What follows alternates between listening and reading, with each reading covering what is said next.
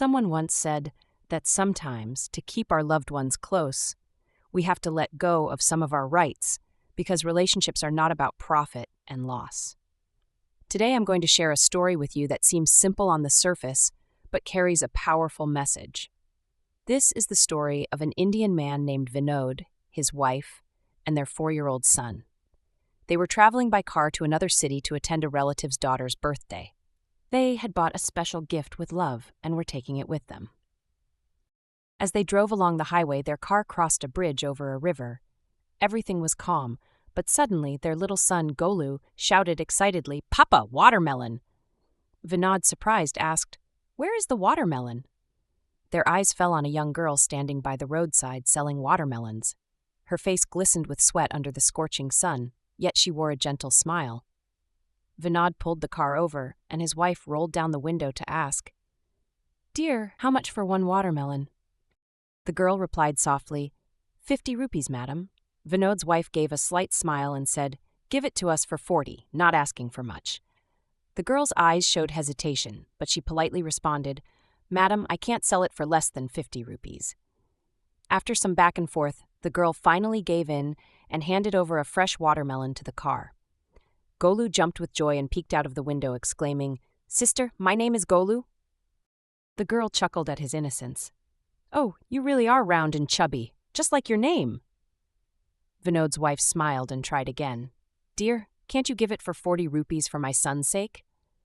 The girl sighed and said, "All right, only for your son." She gently handed the watermelon to Golu, but he was too little to hold it properly. The watermelon slipped from his tiny hands, crashing to the ground and splitting into pieces. For a moment there was complete silence. Tears welled up in Golu's eyes as he cried out, "My watermelon! My watermelon!" The girl immediately comforted him. "Oh, don't cry, my little brother. I'll get you another one." She ran back and fetched another watermelon. Vinod's wife, however, said coldly, "We won't pay for the one that fell." The girl softly replied, "Madam, I gave it to Golu because I saw him as my brother. I thought he could hold it, just like my little brother used to." Vinod's wife looked at her in surprise and asked, "Your brother? Where is he?" Suddenly, the girl's eyes filled with tears. She whispered, "He was only 2 years old. We had just celebrated his birthday a few days ago, but he fell sick and passed away." A heavy silence filled the air. Vinod and his wife felt their hearts ache at the pain in the girl's voice.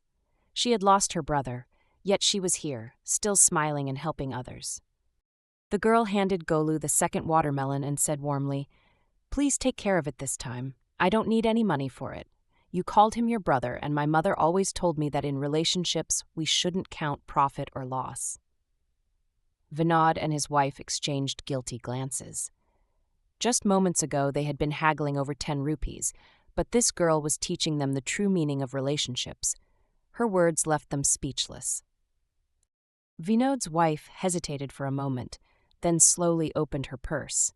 She took out a small ring, a gift they had bought for their relative's daughter. Placing it in the girl's palm, she said softly, "This is for you, a gift from a mother to her daughter." The girl hesitated. "Madam, what will I do with this?" Vinod's wife smiled and said, "You called Golu your brother, so this is a gift from me, just as a mother gives to her child." Vinod's eyes glistened with emotion. Suddenly he took out his phone and dialed his elder brother's number. "Brother, you can keep the big shop in the market. I'll take the smaller one." Silence followed. Then a shocked voice came from the other end. "What are you saying? Weren't we fighting in court over this property?" Vinod took a deep breath and said, "Yes, brother, but now I understand. In relationships, we shouldn't look at profit and loss." Hearing this, Vinod's wife nodded in agreement. Just moments ago, she had been stubborn over a minor price difference, but now, this young girl's pain had changed her perspective. Sometimes, small incidents teach us the biggest lessons in life, and today, that's exactly what had happened to Vinod and his wife. As Vinod ended the call with his brother, a strange sense of relief washed over him. He looked at his wife, who was still staring at the girl with tear-filled eyes. The realization had struck them hard. Sometimes, in the pursuit of material things, they had forgotten what truly mattered. The girl, despite her struggles, had given them a priceless lesson in love and selflessness. Golu, unaware of the depth of the situation, happily clutched his watermelon, his laughter breaking the silence. But for Vinod and his wife, that moment had become a turning point, one they would never forget. The girl noticed their silence and smiled faintly. "Madam, sir, thank you for the ring, but your kindness is enough for me." She turned to leave, but Vinod's wife suddenly grabbed her hand gently. "Wait," she said, her voice trembling with emotion. She opened her purse again and took out a few crisp notes, placing them in the girl's hand. "This isn't for the watermelon. This is for you, to help in whatever way you need." The girl looked down at the money, then back at Vinod's wife, her eyes widening with disbelief. "No, madam, I can't take this," she whispered. "My mother always said that we should earn what we get, not take handouts." Vinod's wife knelt down slightly to meet the girl's gaze. "This isn't charity, dear. This is a gift from one mother to another's daughter. Just like you gave my son a second watermelon, I want to give you something too." The girl hesitated for a moment before slowly closing her fingers around the money. Tears welled up in her eyes as she gave a small nod. "Thank you," she murmured, her voice barely audible.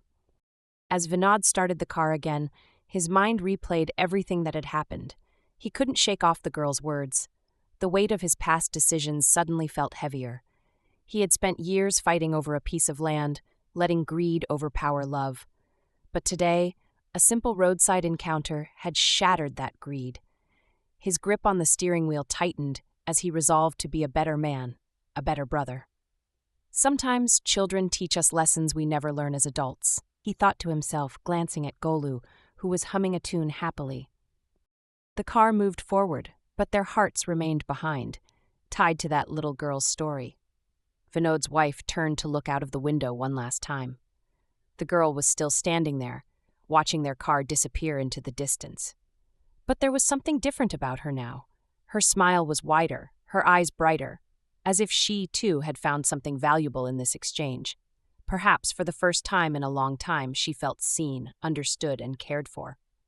It was a small act, but sometimes small acts of kindness leave the biggest impact. A few hours later, as they reached their destination, Vinod parked the car and exhaled deeply. His wife sat in silence, lost in thought. Finally, she spoke. "Vinod, we were so caught up in fighting for what we thought we deserved that we forgot what we already had." Her words struck a chord in Vinod's heart. He nodded solemnly. "Yes, and today that little girl reminded us of it." He took her hand in his, a silent promise passing between them. They wouldn't let greed or pride dictate their lives anymore. As they entered the birthday party, the cheerful chatter and music filled the air. But something had changed within them. They handed over the remaining gift, but their minds were still occupied by the girl, her story, and the lesson she had unknowingly given them. The night passed in celebrations, but deep inside, Vinod knew he had to do more. He had to act on this realization, and he knew exactly what he needed to do. The next morning, before leaving for home, Vinod made a quick detour. His wife looked at him curiously but didn't question him. When they reached the roadside where they had met the girl, Vinod stepped out of the car and looked around. She wasn't there. He approached an elderly fruit seller nearby. "The little girl who sells watermelons here. Do you know where she is?" The old man wiped his hands on his apron and nodded. "She lives nearby. Her mother works in the fields." Vinod felt a pang in his heart. He had assumed the girl had a family supporting her, but the reality was much harsher. He thanked the old man and turned back to the car, determination shining in his eyes. His wife watched him silently, understanding what he was thinking. "We should help her," she said softly. Vinod nodded. "Not just her, but as many children like her as we can." He started the car, feeling a new sense of purpose. This wasn't just about one encounter. It was about changing the way they lived, the way they saw the world. Back home, Vinod made a decision that stunned everyone. He dropped the court case against his brother, choosing peace over property. His brother, moved by this change, embraced him, years of bitterness dissolving in that single moment. But Vinod didn't stop there. He and his wife started a small initiative to help underprivileged children, ensuring that no child had to struggle the way that little girl did. It wasn't about money or charity. It was about humanity, about relationships built on love and understanding. As months passed, Vinod often found himself thinking about the girl. He hoped she was doing well, that she was safe and happy. One day, as he was visiting a local market, he saw a familiar face.